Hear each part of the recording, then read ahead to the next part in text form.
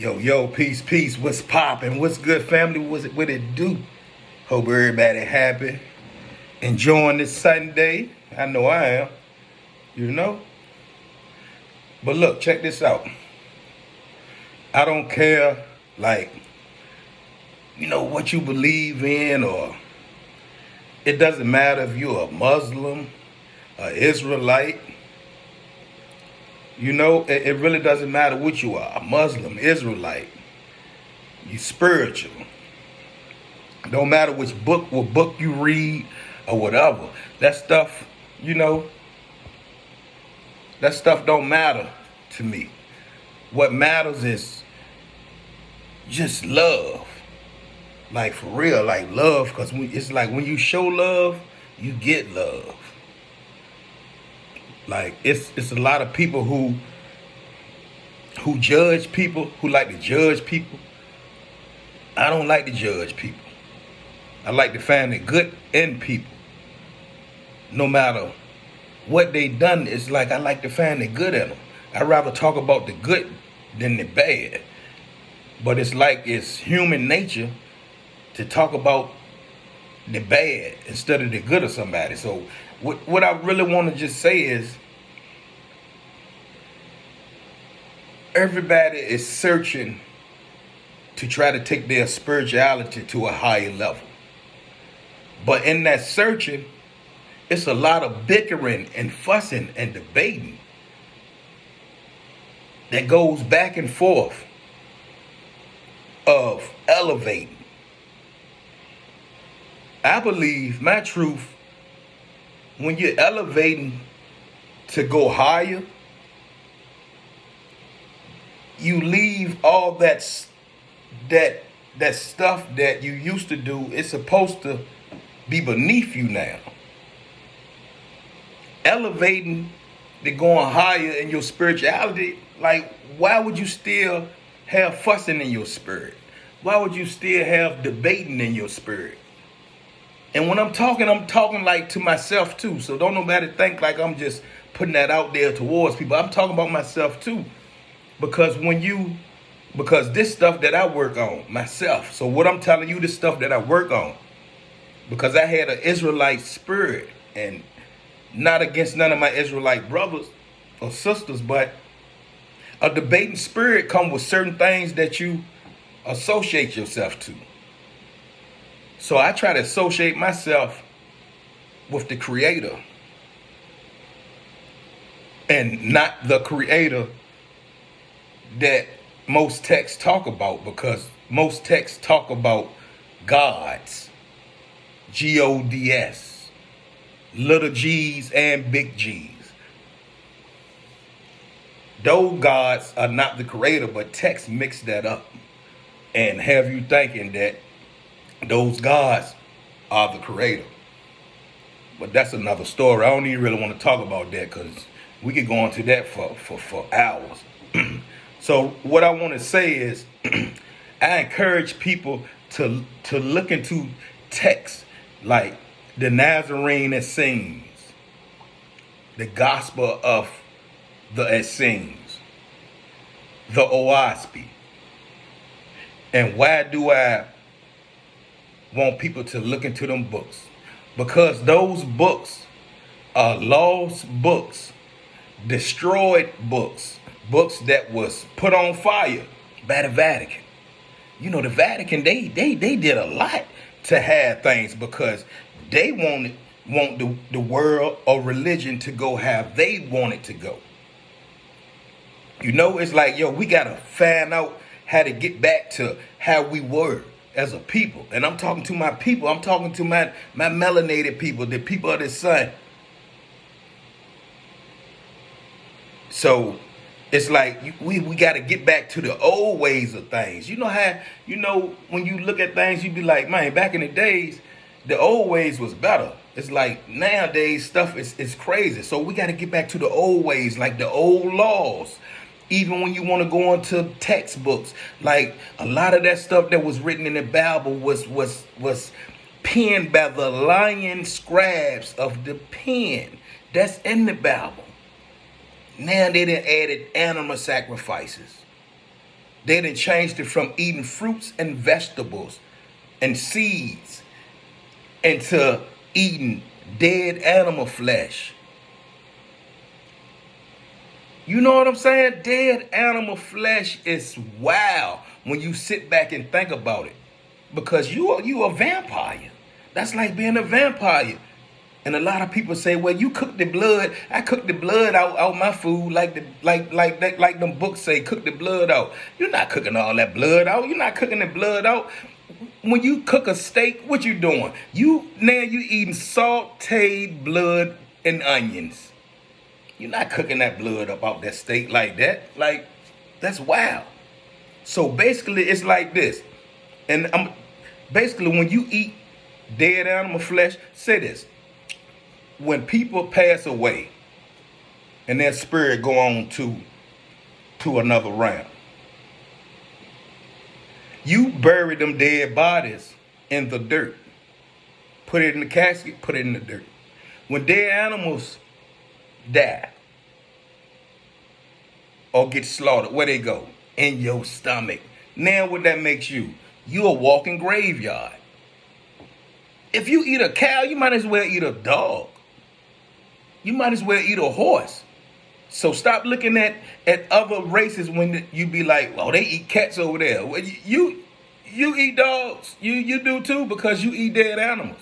A dead animal is a dead animal. So you got to get back into the old ways of doing things. Our teeth are structured to chew on fruits and vegetables. Now I'm gonna hit you this scientific. Your teeth are structured to eat fruits and vegetables. Your hands are made to pull apples and oranges and pears and stuff from off of trees and to pluck things from the ground. In order for you to catch a deer, you need a gun. You know, stuff like that.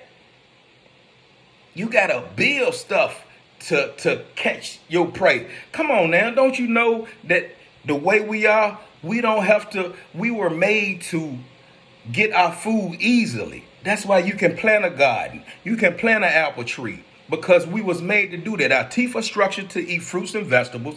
Our intestines are way longer than the animal's intestines, right?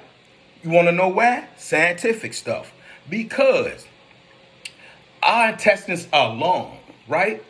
So it's going to take things longer to get from up out of us. That's why we eat fruits and vegetables, because the acid in our stomach is meant to absorb fruits and vegetables real fast. Now, animal acid in their stomach and their intestines are short. Why? Because it needs to be short because they eat other dead animals. So it comes up out of them real quick, so it won't rot in their stomach. And the acid in their stomach is 20 times more powerful than us. If we had the acid that an animal has in their stomach, in our stomach, we'll die. It'll eat us up because the acid in the animal stomach, it absorbs it quick and it gets it out quicker. That's why their intestines is shorter than ours. Now, when we eat dead animal flesh, why you think you're bloated and you got to do a parasite cleanse? You know, you got to cleanse yourself of parasites and all them other sites. You know, we're not meant to do that. Our bodies are not structured to do that. That's why we get cancer, diabetes. That's why we get gout in the feet. Because we're eating dead animals. And our bodies ain't even made to do that. So this is why I encourage people to read the Gospel of the Nazarenes, the Book of the Oahspe, the Essenes Gospel of Peace, and the Nazarene Essenes. That's the real Yahshua in them, but they hid it from you. They didn't even put that in a book. You know, and I'm going to read something real quick. I'm just going to read something real quick, just to show you something. Now, right here, this is the Gospel of the Holy 12. Don't let the name get to you. It said Jesus or Yahshua said no to me. Now, this is the Gospel of the Holy 12. Check this out. This is the origins. Check this out. The origins of the Gospel of the Holy 12. The Gospel record This gospel record is recovered, is the recovered document. Let me take that back to the top. Check me out. This gospel record is the recovered document from which the four gospels as we have them today were built upon. It was the first formulated life of the Messiah and was written by St. John about the year 70 AD, when he was in prison in Rome and given page by page to one whom he could trust. When the scroll was completed and after its contents had been made known to the apostles, it was taken to Tibet by the same disciple, who left it in the care of an unnamed Lama. Here it remained until a friar named Placidus visited the monastery in the 18th century and asked if he might show it to the church authorities in Rome. The scroll was then given to him, and on the way home, which took a long time, he translated a portion of it into Latin. On his arrival in Rome, read it to the assembled cardinals. At first, they were impressed, but as he proceeded to reveal the contents, they realized that to make it known would discredit the church, which had, during the Council of Nicaea, eliminated from the Gospels the Master's teaching about the love and care of animals and about abstaining from eating flesh foods. You hear that? And so the scroll was hidden away in the archives of the Vatican, where it remains to this day.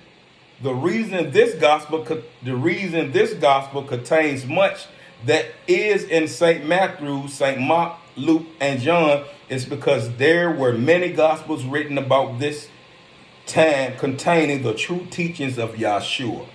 But this was the only one that escaped the pen of the correctors because they did not know of its existence. There you go.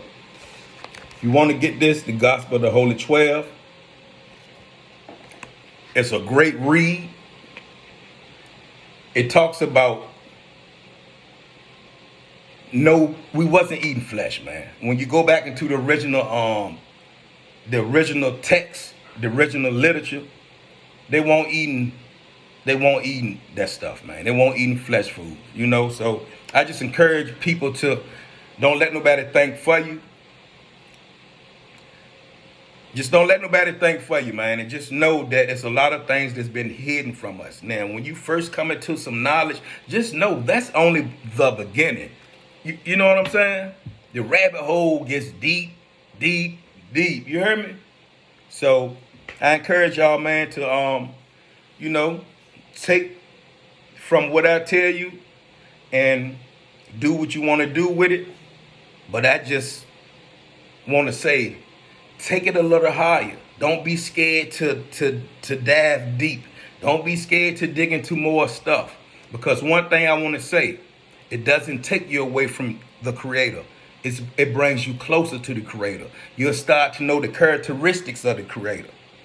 You know what I'm saying? It start to, your intellect will start to see things better. You'll know why certain things happen. You'll start to understand that the Creator is not about bloodshed. The Creator is not about war. The Creator is not about eating and sacrificing and giving sacrifices to dead animals and love the smell of cut off goat heads. Those were the gods. The gods like that. So, peace.